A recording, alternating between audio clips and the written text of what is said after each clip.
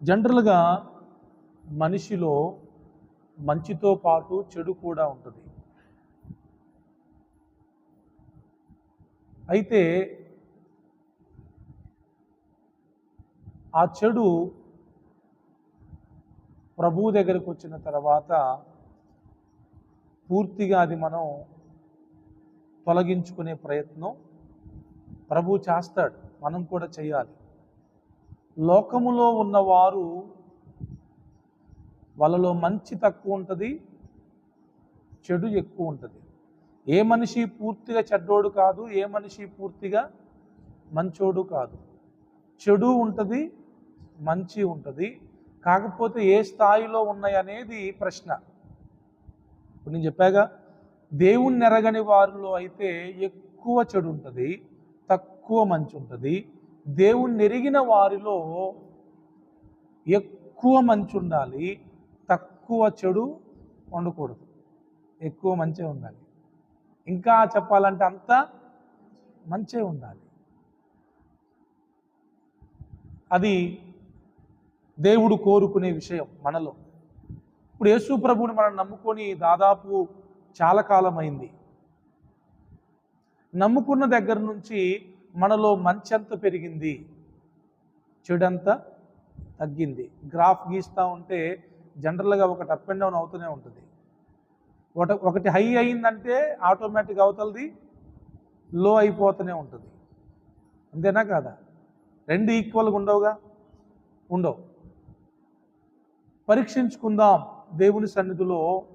ప్రభువు మన నుంచి సమాజానికి మంచి ఎక్కువ అందాలని, మనం మంచిని పంచాలని, మంచి అందరికీ మనలో కనబడాలని ప్రభువు కోరుకుంటున్నాడు. ఒక ఆయన యేసు ప్రభు దగ్గరికి వచ్చి సద్బోధకుడా అంటాడు. ప్రభు వెంటనే ఏంటి రియాక్షన్ అయింది? నన్ను సద్బోధకుడు అని నువ్వు ఎలా పిలుస్తున్నావు? మంచివాడు దేవుడే కదా, నన్ను మంచి బోధకుడిని ఎలా పిలుస్తున్నావు అని అడుగుతాడు.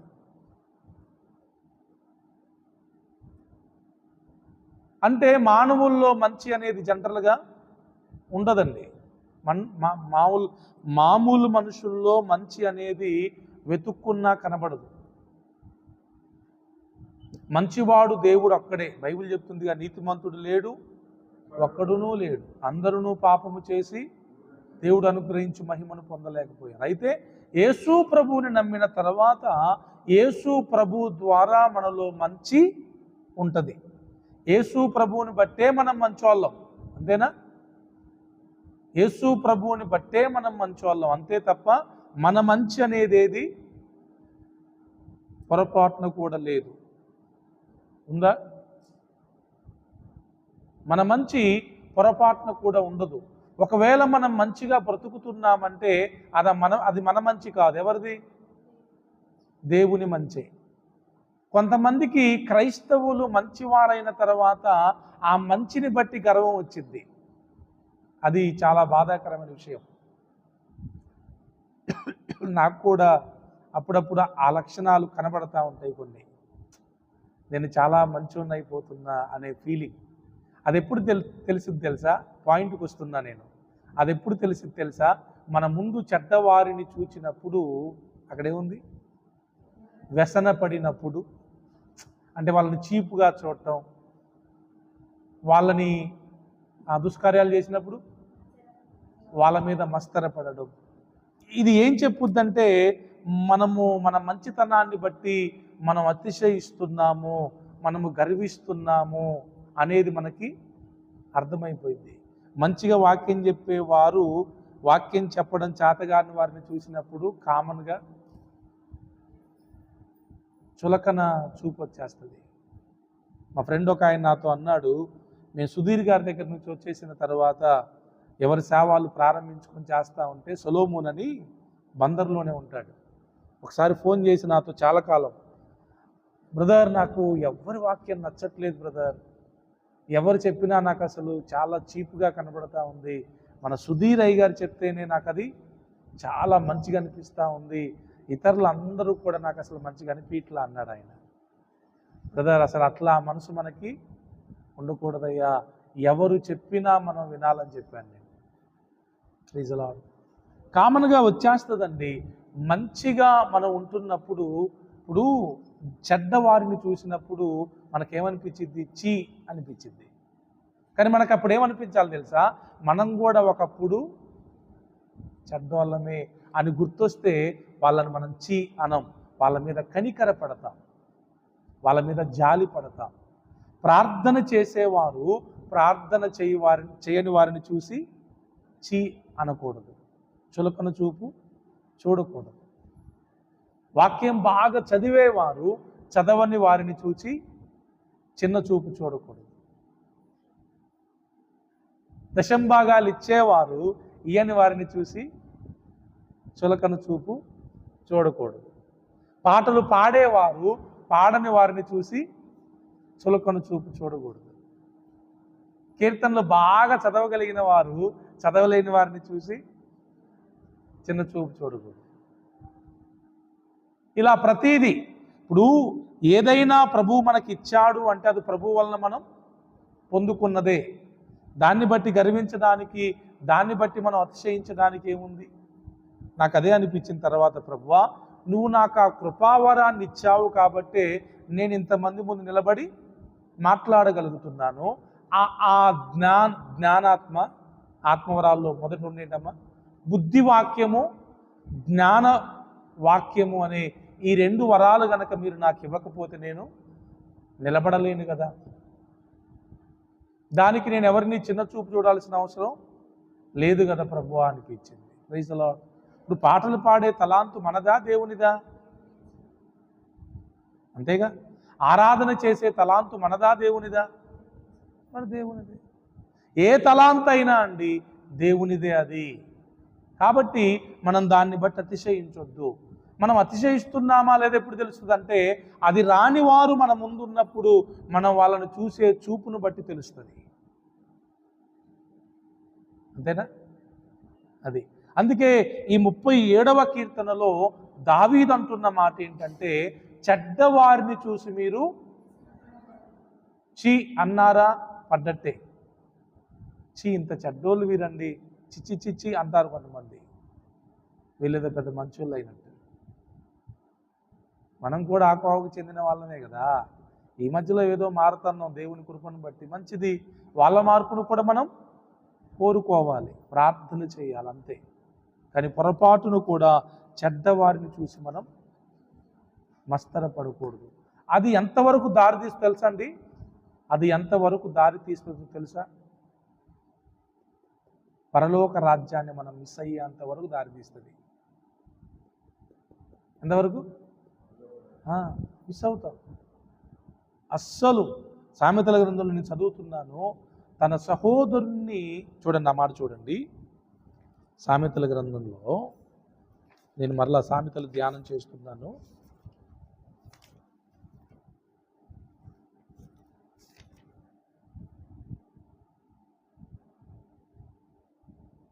పద్నాలుగు 21 సామెతలు. అందరూ చదవాలి. తన పొరుగు వానిని తిరస్కరించువాడు, చాలా క్లియర్గా ఉంది. It's very clear. 14:21 సామెతల గ్రంథం 14:21లో రాయబడిన మాట, తన పొరుగు వారిని తిరస్కరించువాడు అంతే పాపం చేయవాడే. చూడండి, కయ్యూను ఎందుకు దేశదిమ్మరయ్యాడు? మనం అనుకుంటాం చంపిండు కాబట్టి అయ్యాడు అనుకుంటాం. చంపిత కాలే. చంపడానికంటే ముందు ఒకటి జరిగింది. ఎప్పుడైనా డైరెక్ట్గా మనిషి యాక్షన్లోకి రాడు. ఫస్ట్ థాట్స్లో పాపం చేస్తాడు. అమ్మా, ఆలోచనలలో పాపం మొదలై అది పెరిగి పెరిగి పెరిగి ఏమైంది? క్రియారూపం దాల్చుంది. అది ఫస్ట్. కయ్యూను హేబేలును చూసి ఏం చేశాడు? అసూయపడ్డాడు. నాది అంగీకరించకుండా వానిది అంగీకరించబడింది. అది ఆయన ప్రాబ్లం. బాగా వినాలి. ఇప్పుడు అంగీకరించిన వాడు, రిజెక్ట్ చేసిన వాడెవరు? దేవుడు. జనరల్గా కయ్యూని కోపం వస్తే ఎవరి మీద రావాలి? మరి అదేంటి మనిషి మీద చూపెట్టాడు? వాళ్ళ తమ్ముని తప్పేమన్నుందా? హేబేలు తప్పేమన్నుందా? తాను తనకు నచ్చింది, తనకు దేవుడు ప్రేరేపించింది తీసుకొచ్చి దేవుని దగ్గర పెట్టాడండి. ఈయన తేవద్దన్నాడా ఏంటి? లేకపోతే ప్రభువా మా అన్నది నువ్వు అంగీకరించకమని ప్రార్థన చేశాడా? మరి ఏ తప్పు లేకుండా ఎందుకు దేశింపబడ్డాడు? యేసు ప్రభు కూడా ఆ మాట వాడతాడు, నేను నిర్హేతుకముగా ద్వేషించబడితే. There is no reason. ఒక ప్రాపర్ రీజన్ లేకుండానే యేసయ్యను కూడా అక్కడ శాస్త్రులు, పరిసయ్యులు ద్వేషించారు, అసూయపడ్డారు, మస్తరపడ్డారండి. అమ్మో జనాలంతా ఈయన వెంట వెళ్ళిపోతున్నారు, అమ్మో అద్భుతాలు జరిగిపోతున్నాయి, ఆశ్చర్య కార్యాలు జరిగిపోతున్నాయి, ప్రజలందరూ ఆయన వెంట వెళ్ళిపోతున్నారని శాస్త్రులు, పరిసయ్యులు, సద్దుకయ్యులు యేసు ప్రభువుని చూసి అసూయపడ్డారు. ఒక మాట వినండి, యేసయ్య ఏమన్నా అక్కడ జిమిక్లు చేశాడా? ఏమన్నా మ్యాజిక్లు చేశాడా? మరి ఎందుకు ప్రజలు యేసు ప్రభు వెంబడి వెళ్ళిపోతున్నారంటే ఆయనలో ఉన్న మంచితనం, ఆయనలో ఉన్న కనికరం, ఆయనలో ఉన్న సుగుణాలే, మేలు చేసే గుణాన్ని బట్టి ప్రజలు ఆయన వైపు వెళ్ళారు. అంతేనా కాదా? చెప్పాలందరూ. అంతేనా కాదా? అంతేగా. ఇప్పుడు పరిసయ్యులు అంతకుముందు యేసు ప్రభు రాకముందు పరిసయ్యులు బోధించారా లేదా? శాస్త్రులు బోధించారా లేదా? ప్రధాన యాజకులు బోధించారా లేదా? కానీ అక్కడ యేసు ప్రభు బోధ విన్నాక అక్కడ ఉన్న వాళ్ళు అందరు ఏమనుకున్నారు? వామ్మో ఇలాంటి బోధ మనం ఎప్పుడు వినలేదే, ఇది ఆశ్చర్యకరంగా ఉంది బోధ అని ప్రజలు అనుకున్నారు. గుర్తుపెట్టుకోండి, మనము ప్రభు కోసం ప్రత్యేకంగా బ్రతికినప్పుడు, అమ్మా అందరు వినాలి, మనం ప్రభు కోసం ప్రత్యేకంగా బ్రతికినప్పుడు ఖచ్చితంగా ఒక ప్రత్యేకత మనకి కలుగుతుంది. ఆ ప్రత్యేకత కలిగినప్పుడు కొంతమందికి మనం ఖచ్చితంగా శత్రువులం అయిపోతాం. అది కామన్ థింగ్, మీరు గమనించాలి ఆ విషయాన్ని. ఇప్పుడు మనం బాగా కష్టపడి ఉద్యోగం సంపాదించుకున్నాం, మనం కొంతమంది ఏమో శబాస్ అంటారు, కొంతమంది ఏమో దట్ ఈస్ కామన్ థింగ్. అది మనం కావాలని తెచ్చుకునేది కాదు, అది సాధారణమైన విషయం. ఒక మంచి జరిగినప్పుడు మంచిని స్వీకరించి అప్రిషియేట్ చేసేవారు కొద్దిమంది అయితే మీరు నమ్మరు. నేను గంట వాక్యం చెప్పి సేవకుల మీటింగ్లో మొన్న కూర్చున్న తర్వాత నా తర్వాత కొన్ని నిమిషాలు గ్రీటింగ్స్ అని బిషప్ గారికి ఇచ్చారు. ఆయన లేచి నిలబడటం అన్న మాట ఏంటి తెలుసా? ఈ పాస్టర్ గారు చెప్పిన ఈ వాక్యాన్ని ఈ రోజుల్లో ఎవరు దీన్ని స్వీకరిస్తారన్నాడు ఆయన.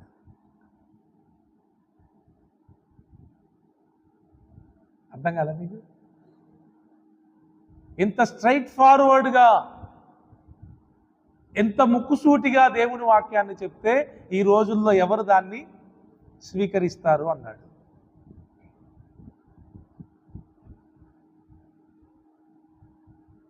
మీకేం అర్థం కాలేదు, నాకు అర్థమైనట్టుంది. ఎందుగా అందరి ముందు నాకు అనిపించింది, ఇలాంటి వాళ్ళని నేను చాలామందిని చూశాను, చూస్తూనే వెళ్తూ ఉన్నాం మనం. జనరల్గా ఒక మంచి, నేను మళ్ళీ సత్యనివాసన్ ఒకరోజు మనగూరులో మీటింగ్ పెడితే మన యేసుపాదం గారు ఆ మీటింగ్కి వచ్చారు. జనరల్గా ఆయన ఎక్కడికి రారు. ఆ రోజంతా ఆయన వాక్యం విని లాస్ట్లో ఆయన మైక్ తీసుకొని అన్నారు, సత్యనివాస్ గారిని చూస్తుంటే ఒకప్పుడు నన్ను నేను చూసుకున్నట్టుంది అని మంచి రెస్పాండ్ ఇచ్చారు ఆయన. అలాంటి వారు ఈ రోజుల్లో చాలా తక్కువ మంది ఉన్నారు. అంతేనండి, మంచిని ఒప్పుకొని స్వీకరించేంత మంచి మనసు ఎవ్వరికి లేదండి. నేను ఒక మాట చెప్పాలనుకున్నాను మీకు. ఎవరైతే మంచి చెయ్యలేరో వాళ్ళే మంచి చేసిన వారిని స్వీకరించలేరు, అప్రిషియేట్ చేయలేరు, వారిని బట్టి ఆనందించలేరు.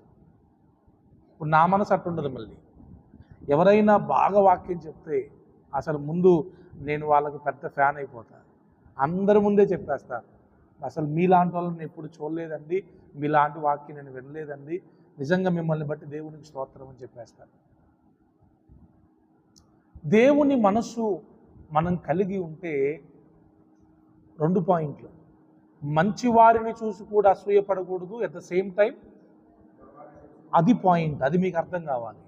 చెడ్డవారిని చూసి మనం అసూయపడకూడదు, వ్యసన పడకూడదు. మంచివారిని చూసి కూడా, అసలు అది మన పని కాదు. అసూయ అనేది, వ్యసన పడడం అనేది అది మనది కాదది.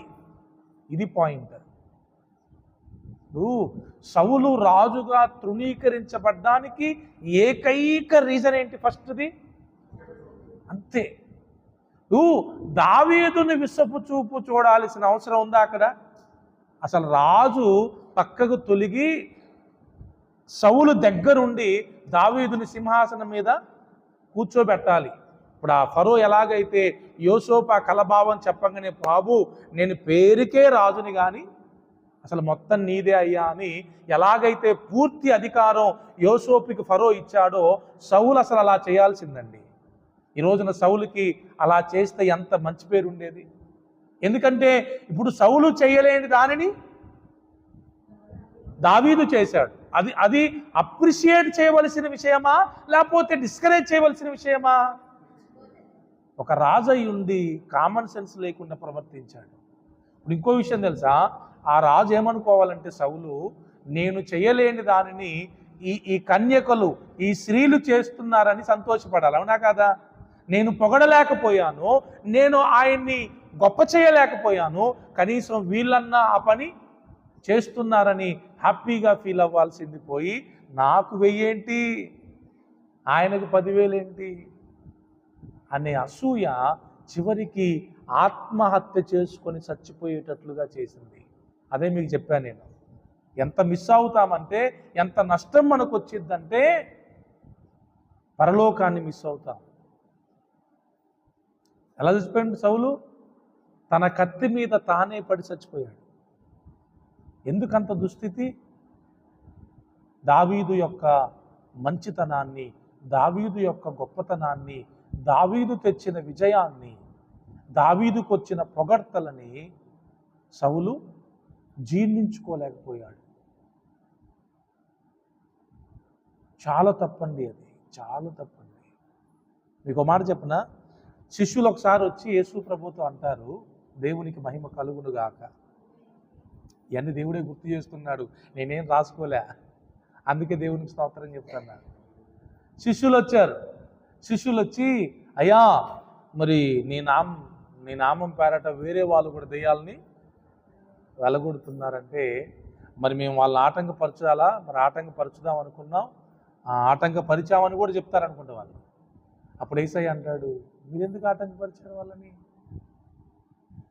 మన పక్షముగా ఉండని వాడు మనకు విరోధి కానీ, మన పక్షముగా ఉన్నవాడు మనవాడే, మీరు వాళ్ళనేమి ఆటంకపరచొద్దు అంటాడు. దేవునికి స్తోత్రం. హల్లెలూయా. మోసే టైంలో కూడా ప్రవచించే ఆత్మ అందరి మీదకి వచ్చి ప్రవచిస్తూ ఉంటే కొంతమంది వచ్చి, అయ్యా వాళ్ళు కూడా పాలనలో ప్రవచిస్తున్నారు, వాళ్ళని ఆటంకపరచాలా అంటే, లేదు లేదు లేదు, వాళ్ళని మనం ఎందుకు ఆటంకపరచాలి, లెట్ దెమ్ ప్రొఫెసీ, వాళ్ళని ప్రవచింపనీయండి అన్నాడు. చూసారండి? ఒక మంచి కార్యం ఎక్కడ జరుగుతున్నా కూడా ఆ మంచి కార్యానికి మనం అడ్డుగా ఉండకుండా, అవసరమైతే ఆ కార్యానికి మనం సహకారులుగా ఉండాలండి. దేవుడు ఆ మనసును చూస్తాడు, ఖచ్చితంగా దేవుడు ఆ మనసును చూస్తాడు. ఎందుకంటే కొన్ని మనం చేయగలమా? చేయలేమండి. చేయలేనప్పుడు మనం ఏం చేయాలి? చేస్తున్న వారిని ఆటంకపరచొద్దు, ఎంకరేజ్ చేయాలి, అంతే. Praise the Lord. హల్లెలూయా. దేవుని బిడ్డలమైన మనం మంచి మనస్సాక్షి కలిగి ఉండాలి. ఏ మనస్సాక్షి? మంచి మనస్సు. మనల్ని చూసి అసలు ఎవ్వరు కూడా ఏమది మంచి మనసు కాదండి, ఈయనది మంచి మనసు కాదని అనకూడదు. ప్రతి ఒక్కరూ మన మన యొక్క శవం దగ్గర మనం బాక్సులో పెట్టున్నప్పుడు వచ్చి మన గురించి చెప్పాల్సిన మాట, ఒక మంచి మనసు కలిగిన వ్యక్తిని మనం కోల్పోయామనే మాట మన గురించి చెప్పాలి. వీళ్ళకి చెడ్డోళ్ళన్నా కోపం లేదండి, మంచోళ్ళన్నా కోపం లేదండి, ఎవరినైనా ప్రేమించే మనసు వీళ్ళది, ఎవరికైనా సహకరించే మనసు వీళ్ళది, ఎవరితోనైనా కలిసిపోయే మనసు వీళ్ళదనే సాక్ష్యాన్ని మనం సంపాదించుకోవాలి, అంతే. కానీ జనరల్గా చెడ్డవాళ్ళు ఖచ్చితంగా మంచోళ్ళని చూసి అసూయపడతారు, మస్తరపడతారు. దాని విషయంలో మనం అభ్యంతరపడొద్దు. ఇక్కడ భక్తుడు ఎవరికి చెప్తున్నారు? మంచోళ్ళకి చెప్తున్నాడు. అలో ఆల్రెడీ చెడ్డోళ్ళు ఎప్పుడు మంచిని అసహించుకుంటారు, కానీ మీరు మంచోళ్ళు కనుక చెడ్డోళ్ళ నుంచి అసహించుకోకండి. ఇది కష్టం, తెలుసా మీకు? ఇది కష్టం. ఏది ఈజీ? చెడ్డోళ్ళు మంచోళ్ళని అసహించుకోవడం కామన్ థింగ్, అది ఈజీ, పొరపాటు ఏం కాదు, అది జనరల్గా జరుగుద్ది. కానీ రివర్స్లో మనం చేయాల్సింది ఏంటంటే వాళ్ళని చూసి అసూయపడద్దు, మస్తరపడద్దు, వ్యసనపడద్దు. కానీ కష్టం, చెప్పడం ఈజీ. కానీ ఎందుకంటే మనం మంచోళ్ళమై ఉండి ఇతరులను మనం చెడ్డోళ్ళని చూసి అసహ్యపడకుండా ఉండాలంటే చాలా ఓపిక కావాలి దానికి. ఇప్పుడు ప్రార్థన చేసే భార్య ప్రార్థన చేయని భర్తను భరించాలంటే ఎంత ఓపిక కావాలి? అంతేనా కాదు? మళ్ళీ ప్రార్థన చేయకపోగా కొంతమంది ప్రార్థన చేసే వాళ్ళని చేయనీరు, గుడికి రాకపోగా వచ్చే వాళ్ళని రానీరు. వాళ్ళని భరించాలంటే చాలా పెద్ద మనసు ఉండాలి. అందుకే స్త్రీలకి దండాలు, మీ ఓపికకి, మీ సహనానికి. నిజమండి, దేవుడిస్తాడు, ఆ మనసు దేవుడిస్తాడు. అందుకే ప్రభు అన్నారుగా, మీ మంచి ప్రవర్తనతోనే మీ భర్తలని ప్రభు యొద్దకు రాబట్టగలుగుతారు. ఎస్, ఒకానొక రోజున దేవుడు మీ భయాన్ని వాళ్ళకు పెడతాడు. మిమ్మల్ని చూసి వాళ్ళు భయపడే స్థాయికి ప్రభు మిమ్మల్ని తీసుకొస్తాడు. సౌలు జీవితంలో అదే జరిగింది. దావీదును చూస్తే సౌలుకి భయమైంది, మిక్కిలి భయపడ్డాడని కూడా రాయబడి ఉంది. చూస్తారా? అది మనకు దొరుకుతుందో దొరకదో మరి ఇప్పుడు చూస్తే. చూడండి, మొదటి సమూయేలేనా?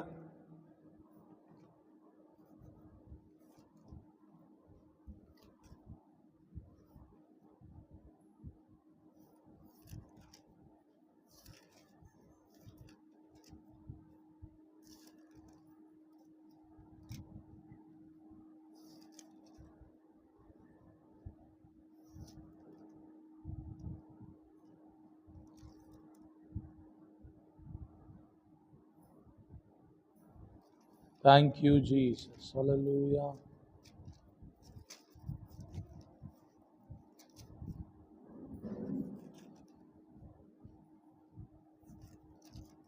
మిక్కిలి భయపడ్డాడు అనే విషయం కూడా అక్కడ చాలా స్పష్టంగా రాయబడి ఉంటుంది.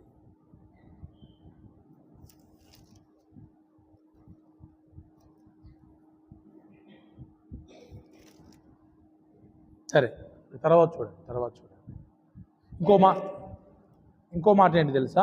సామెతల గ్రంథంలో ఒక మాట చూడండి. సామెతల గ్రంథంలో నేను ఈరోజు పొద్దున్నే రాసుకున్నది.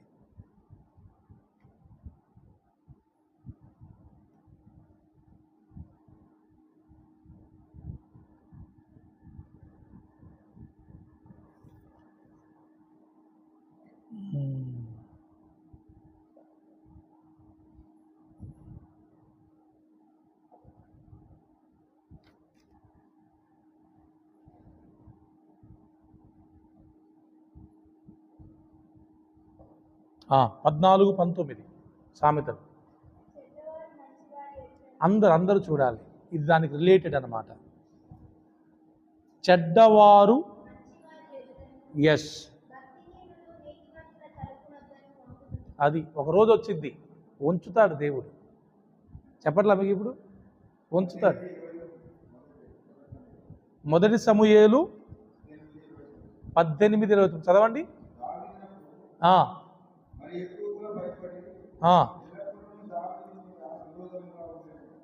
ఎక్కువగా భయపడ్డాడంట, మళ్ళీ విరోధంగా ఉన్నాడంట. భయపడతారు ఖచ్చితంగా. ఇది చదవండి అందరూ, 14, 19 అందరూ చదవండి. సామెతలు, చెడ్డవారు మంచివారి ఎదుటను, భక్తిహీనులు నీతిమంతుల తలుపు ఎదుటను వంగుతారు. ఇప్పుడు చూడండి, మీకు చెప్పనా, దేవునికి మహిమ కలుగును గాక. అద్భుతమైన నడిపింపు. హామాను నాకు దండం పెట్టట్లా మొర్దకై, నాకు దండం పెట్టట్లా మొర్దకై, నాకు నమస్కారం చేయట్లా అని ఫీల్ అయిందా లేదా? మస్తరపడ్డా లేదా? కుళ్ళుకున్నాడా లేదా? దానికోసం ఎన్నో ప్రయత్నాలు చేశాడా లేదా? మరి చివరికి ఏమైంది? ఒక రోజున హామానే మొర్దకైకి దండం పెట్టిండా లేదా?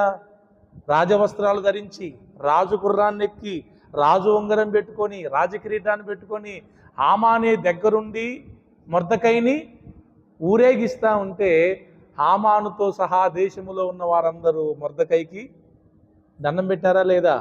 మరి లొంగుతారు. దేవుడు అలా చేస్తాడండి. మీరు కొంచెం ఓపిక పట్టండి, మీరు కొంచెం ఓపిక పట్టండి. ఎంతమంది సాక్ష్యాలు ఉండట్లేదు మీరు ఈ రోజుల్లో? పెద్ద పెద్దోళ్ళే వచ్చి సేవకుల ముందు దండం పెట్టి మోకరించి ప్రార్థన చేయించుకొని వెళ్తున్నారు. అవునా కాదా? మరి అసూయ అనేది మీకు బెస్ట్ ఎగ్జాంపుల్. ఒకటి సౌలు అయితే, రెండవది హామానే. తాను చేయించిన ఉరికమ్మం మీదనే తానే ఉరి తీయింపబడ్డాడు. మొర్దకైకి హామాను ఇల్లు మొత్తం అప్పగించబడింది. కేవలం హామాను తలకిందులైపోవడానికి కారణం ఏంటి తెలుసా? మొర్దకై మీద ఉన్న అసూయ. నాకు నమస్కారం చేయట్లేదని ఒకే ఒక అసూయ చంపేసింది ఆయన. అసలు చంపేసింది. తప్పండి. ఒకళ్ళు మనల్ని గౌరవిస్తే ఏంటి, గౌరవించకపోతే ఏంటి? అమ్మ అంతేనా? ఒకళ్ళు మనల్ని పట్టించుకుంటే ఏంటి, పట్టించుకోకపోతే ఏంటి? గౌరవించేవాడు దేవుడు, పట్టించుకునేవాడు దేవుడు. అవునా? ఒకరు మనకు సహాయం చేస్తే ఏంటి, చేయకపోతే ఏంటి? సహాయం చేసేదెవరు? దేవుడు కదా. అస్సలు అసూయ ఉండకూడదండి, పొరపాటున ఉండకూడదు. ఇంకో ఎగ్జాంపుల్ చెప్పనా? ఒక ఉపమానమే. అందరు నవైపు చూడండి. పొలం పనికి దేవుడు ఉదయం 9 గంటలకు ఒకరిని పిలుస్తారు, కొంతమంది వస్తారు. తర్వాత మధ్యాహ్నం కొంతమందిని వస్తారు. తర్వాత 3 గంటలప్పుడు కూడా పిలిస్తే వస్తారు. చివరికి 5 గంటలప్పుడు కూడా, 1 గంట ముందు కూడా కొంతమందిని పిలిస్తే పనికి వస్తారు. వినాలి.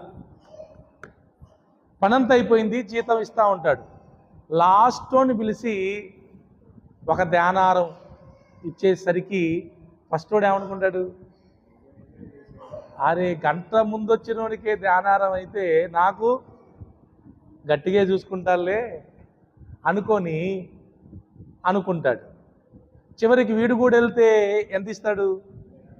ఒక ధ్యానారమే ఇస్తే, అదేంటి గంట ముందు వచ్చినోడికి ఒక ధ్యానారం ఇచ్చి పొద్దున వచ్చిన నాకు ఒక ధ్యానారం ఇస్తున్నావేంటి? అన్యాయం కదా ఇది అంటాడు. ప్రభు అన్న మాట ఏంటి తెలుసా? నీతో ఏం నిబంధన చేసుకున్నా? నేను ఒక ఒడంబడిక చేసుకున్నా. ఏంటి? ఈ రోజంతా వచ్చి నువ్వు పని చేస్తే నీకు ధ్యానారం ఇస్తానని చెప్పా. నీకు చెప్పింది నీకు ఇచ్చా కదా.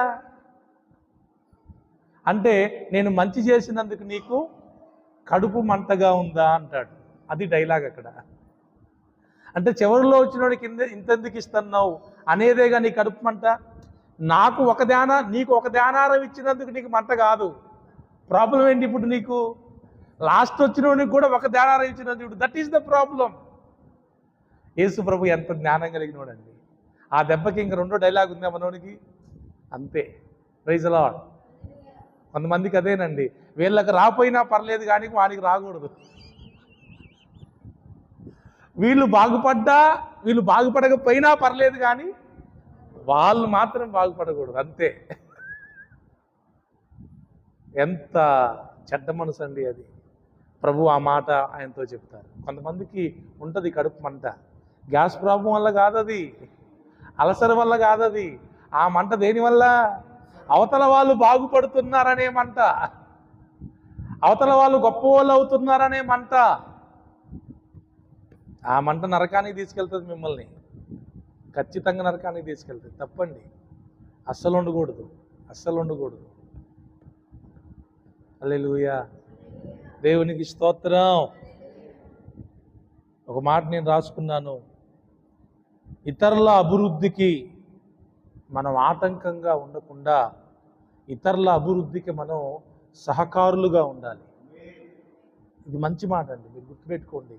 ఒక వ్యక్తి బాగుపడుతున్నాడంటే పొరపాటున అడ్డుపడకండి, కావాలంటే వెళ్ళి ఇంకా సహకరించండి. ఎందుకంటే ఇప్పుడు మన బంధువులు అందరూ బాగుపడ్డారనుకోండి, మంచిగా గొప్పగా ఒక స్థాయిలో ఉన్నారనుకోండి, మనం తక్కువ స్థాయిలో ఉన్నామనుకోండి, ఒకటి కాకపోయినా ఒకడైనా మన మీద జాలి చూపెడతా లేదా? ఇప్పుడు వానికే బాగాలేదనుకోండి, మనం బాధలో ఉంటే వాడు మనకేం చేస్తాడు? వచ్చి అయ్యా నాకు బాగుంటే ఏదో ఒకటి చేసేటోని అంటాడు. అంతేనా కాదు? అందరూ చేయకపోవచ్చు అండి, కానీ 10 మంది మనోళ్ళు బాగుపడ్డప్పుడు 10 మందిలో కనీసం ఒక్కడైనా అరే మనోడు కదా అనే మనసు వచ్చిద్దా లేదా? అందుకే మన చుట్టూ ఉన్న వాళ్ళందరూ బాగుండాలని కోరుకోవాలి, మనం ఖచ్చితంగా కోరుకోవాలి. అలా కోరుకుంటే మనం కూడా బాగుపడతాం. కీర్తనల గ్రంథంలో వానికి శపించుట ఇష్టము గనుక వానికి శాపం వాని మీదకి వచ్చిందని బైబిల్లో ఉంటుంది. వానికి దీవెన మీద ప్రీతి ఇష్టము లేదు కనుక వానికి దీవెన దూరం అయిపోయిందంట. శపించడమే ఇష్టం కాబట్టి వాళ్ళ మీదకి ఏమొచ్చింది? దీవెన అంత ఇష్టం లేదు కాబట్టి అది దూరం అయిపోయింది. ఇతరుల మేలు వారవలేని వాడితో కలిసి భోజనం చేయొద్దంటాడు సొలొమోను. తెలుసా మీకు? సామెతల గ్రంథంలో ఉన్న మాట. ఇతరుల మేలును వార్చలేని వాడితో కలిసి చేయకూడదండి. కొంతమంది ఎందుకో మరి అదొక రకమైన, నేను చెప్పేది అన్ని జనుల గురించి చెప్పట్లేదు, నేను ఎవరి గురించి చెప్తున్నా? దేవుని బిడ్డల గురించి చెప్తున్నా. పెద్ద పెద్ద సేవకుల్లోని మిస్టేక్లు ఉన్నాయండి. సారీ ఈ మాట చెప్తున్నందుకు. బిషప్పులు, రెవరెండ్లు, 22లు, అలాంటి పెద్ద పెద్ద స్థాయిలో ఉన్న వాళ్ళలో ఇటువంటి అసూయలు, ద్వేషాలు, పగలు ఉన్నాయండి. జనరల్గా ఒక వ్యక్తి పెద్దవాడు అవుతున్నప్పుడు జ్ఞానం పెరిగి విశాలమైన హృదయం రావాలి, అంతేనా కదా? మరెందుకో మనుషులు పెద్దోళ్ళు అయిపోయే కొద్దీ సంకుచితమైన మనసు వస్తూ ఉంది. అందుకే పెద్ద పెద్ద వాళ్ళని దేవుడు చూసి అంటాడంట, మీరెవరో నాకు తెలియదు. అదేంటి ప్రభు అంటే, అదంతే, నువ్వేదో చేసావు కానీ క్రమంగా దాన్ని చేయలేదు. You are unfit for heaven, నువ్వు పరలోకానికి అర్హునివి. అందుకే ఆయన అంటాడు, వేశ్యలైన పరలోక రాజ్యంలో ప్రవేశిస్తారేమో కానీ వేషధారులు మాత్రం అస్సలు. దశంభాగం ఇవ్వనోని ప్రార్థన దేవుడు విని అంగీకరించాడంట. ఉపవాస ప్రార్థన చేయనోని ప్రార్థన దేవుడు విని అంగీకరించి నీతిమంతునిగా తీర్చాడంట. మందిరానికి రానివాని ప్రార్థన దేవుడు అంగీకరించి నీతిమంతునిగా తీర్చాడంట. అంతేనా? ఇప్పుడు పరిచయునికోను సుంకరికి ఎన్ని తేడాలు ఉన్నాయండి. ఇప్పుడు ఉపవాసం ఉంటాడు, దశంభాగం ఇస్తాడు, తర్వాత వ్యభిచారం చేయట్లా, దొంగతనం చేయట్లా, అన్నీ చేస్తున్నాడు. అయినా ఈయన ప్రార్థన దేవుడు ఆడప్పుడే మొట్టమొదటిసారి గుడికి వచ్చి ఆకాశం వైపు కూడా కళ్ళు ఎత్తడానికి ధైర్యం సరిపోక కుమిలి కుమిలి ఏడుస్తూ ఉంటే దేవుడు ఆయన ప్రార్థన విన్నాడంట. విచిత్రం అనిపించలా మీకు? నీకెందుకు అనిపిస్తుంది? అది చదివితే కదా. నాకు చాలా షాకింగ్ న్యూస్ అది. వీని ప్రార్థన దేవుడు ఎందుకు విన్నాడు? వీణ్ణి నీతిమంతునిగా ఎందుకు తీర్చాడు? వాడిని ఎందుకు తీర్చలేదు? ఎందుకంటే వీనికి కుళ్ళు, కుట్ర, ద్వేషం అన్నీ ఉన్నాయి. అసలు వీడు చేసే ప్రార్థన అంతా ఈయన్ని చూసే చేస్తాడు, దేవుడిని చూసి కాదు. అసలు పాయింట్ అది అక్కడ. అంతా నేను వీనిలాగా దొంగను కాదు, వేయినలాగా నేను వ్యభిచారిని కాదు. అసలు ఈయనతో నీకు పోలికేంటి? నువ్వు ఎవరి సన్నిధికి వచ్చావు? మరి ఆయన చూసి ప్రార్థన చేయాలి కానీ పక్కన నుండి చూసి ప్రార్థన చేయడం ఏంటి? అందుకే ఈ వాజ్ రిజెక్టెడ్. ఎప్పుడు మన భక్తి మన పక్క వాళ్ళను చూసి ఉండకూడదండి, గుర్తుపెట్టుకోండి, ఇది పాయింట్. అందుకే యేసు ప్రభు అన్నాడు, పేతురు, వీళ్ళందరికంటే ఎక్కువను నన్ను ప్రేమిస్తున్నావా? నేను మొన్న చెప్పాను వాళ్ళకి, ఫస్ట్ రోజు సేవకుల మీటింగ్ జరిగిన తర్వాత ఆ రోజు సాయంత్రం ఒక గృహకూడికి పెడితే చెప్పాను, మీకు చేతనైతే దమ్ముంటే, మీకు అన్న ఆయాసాలు కనుక ఉంటే, ఉబ్బసాలు కనుక ఉంటే, అసూయలు ద్వేషాలు పడకండి. ఈ ఆదివారం, ప్రతి ఆదివారం అందరికంటే నేను ఎక్కువ కానుకేయాలనే కసితో దేవుని మందిరానికి రండి. ఎలా రావాలి? అందరికంటే ఎక్కువ కానుకేయాలా, అందరికంటే ముందు దేవుని సన్నిధికి వెళ్ళాలి, అందరికంటే ఎక్కువ దేవుని నేను ప్రేమించాలి, అందరికంటే ఎక్కువ ప్రార్థన నేను చేయాలి, అందరికంటే ఎక్కువ బైబిల్ని చదవాలి, అందరికంటే ఎక్కువ సేవలో నేను ఉపయోగపడాలి. ఈ కసితో రండి మందిరానికి, బాగుపడతారు అప్పుడు మీరు. అంతేగాని మిగతా వ్యర్థమైనవి ఎందుకంత మన ఉపయోగం, వాటి వల్ల ఏం ఉపయోగం? దేవునికి స్తోత్రం. టైం అయిపోయింది, ముగిస్తున్నా చూడండి. ఇంకోటి ఏంటి తెలుసా, యేసు ప్రభు గురించి ఒక ప్రవచనం ఏంటంటే, ఇతడు కుళ్ళు పట్టడు అని ఉంటుంది. ఆయన కుళ్ళు పట్టలేదు, పట్టనీయలేదు. ఎందుకో తెలుసా? యేసు ప్రభువులో ఏ కుళ్ళు, ఏ కుట్ర, ఏ ద్వేషం లేదు కాబట్టి ఆయన కుళ్ళు పట్టలేదు. మనలో గనక కుళ్ళుతో చచ్చిపోయినాం అనుకో, ఆ భూమిలో కుళ్ళిపోతాం మనం, ఇంకా లేవం యేసు ప్రభుతోని. కుళ్ళుతో చచ్చిపోకూడదండి, కుళ్ళంతా తీసేసుకొని బయటపడేసి చచ్చిపోవాలి మనం, అప్పుడు భూమిలో కుళ్ళిపోం మనం. నేను రాసుకున్నా మాట. కుళ్ళుంటే కుళ్ళిపోతారా కుళ్ళిపోరా సన్నక్క, నువ్వు చెప్పు. కుళ్ళుంటే కుళ్ళిపోవడమే, ఎముకలతో. మస్తరం, ఆ సామెతల గ్రంథంలో ఆ మాట ఉంటుందండి, మస్తరం అంట ఎముకలకి కుళ్ళు. చాలామందికి రోగాలు వచ్చేది ఎందుకు తెలుసా అండి? బాగా వినండి, నిజం చెప్తున్నాను నేను, ఇది చాలా సర్వేలో తెలిసిన విషయాలు ఇవన్నీ. చాలామందికి అన్నం లేకనో, నీళ్లు లేకనో, ఉండడానికి ఇల్లు లేకనో, డబ్బులు లేకనో, బంగారం లేకనో, అధికారం లేకనో రోగాలు రావట్లేదంట. వాళ్ళని చూసి వాళ్ళ మీద వీళ్ళ మీద అసూయపడి ఆలోచించి ఏం చేస్తే వీళ్ళు పాడైపోతారు, ఏం చేస్తే వీళ్ళు ఆగిపోతారు, ఏం చేస్తే వీళ్ళు నాశనం అయిపోతారని ఈ ఆలోచనలు పెట్టుకొని, ఈ మనాది పెట్టుకొని దీనికే బీపీలు, షుగర్లు, హార్ట్ అటాకులు చచ్చిపోతున్నారండి. వీళ్ళెట్లా బాగుపడాలనే ఆలోచన ఉండదు వాళ్ళకి, వాళ్ళని ఎట్లా నాశనం చేయాలనే ఆలోచన ఉండదంట, దానికి నిద్రపట్టదు వాళ్ళకి. మస్తరం ఎముకలకి కుళ్ళు. అస్సలు కుళ్ళు ఉండకూడదండి, అస్సలు కుళ్ళు ఉండకూడదు. మనం చాలా మంచి మనస్సాక్షి కలిగి ఉంటే ప్రభు రాకడలో మనం లేపబడతాం. దేవునికి స్తోత్రం. రెండవది, అంటే లాస్ట్ ముగింపుకి వచ్చాను నేను. ఒక వ్యక్తి బాధలో ఉంటే నిజంగా ఆ వ్యక్తితో మనం బాధపడే మనసు మనకు ఉండాలి. ఒక వ్యక్తి సంతోషంలో ఉంటే వాళ్ళ సంతోషంలో మనం కూడా సంతోషంగా ఏకీభవించే మనసు మనకి ఉండాలి. ఇది లేదంటే చాలా కష్టం. కొంతమంది జనాలు ఏడిస్తే వీళ్ళు నవ్వుతారు, కొంతమంది జనాలు నవ్వితే వీళ్ళు ఏడుతారు. అదేంది అసలు? తప్పా కాదా? ఇప్పుడు ఒక వ్యక్తి బాధపడుతున్నాడు మన కళ్ళ ముందు, మనం ఏం చేయాలి? అయ్యో అని మనం కూడా బాధపడాలి. అంతేగాని మనకి అట్టే కావాలని నువ్వు హ్యాపీగా ఫీల్ అయితే, అదే చెప్పేది, అస్సలు అట్లా ఉండకూడదు. లేకపోతే ఒకరికి ఉద్యోగం వచ్చింది, మంచి ఇల్లు కట్టుకున్నారు, లేకపోతే ఇంకేదో ప్లాట్ కొనుక్కున్నారు, హ్యాపీగా కృతజ్ఞత కూడిగి పెట్టుకున్నారు, మొహం మార్చుకున్న నువ్వు, వాళ్ళు పెద్దోళ్ళు అయిపోతారు, వాళ్ళకి అన్ని వచ్చేస్తున్నాయి, నాకు ఇంకేం రావట్లేదు, తప్పు కదా.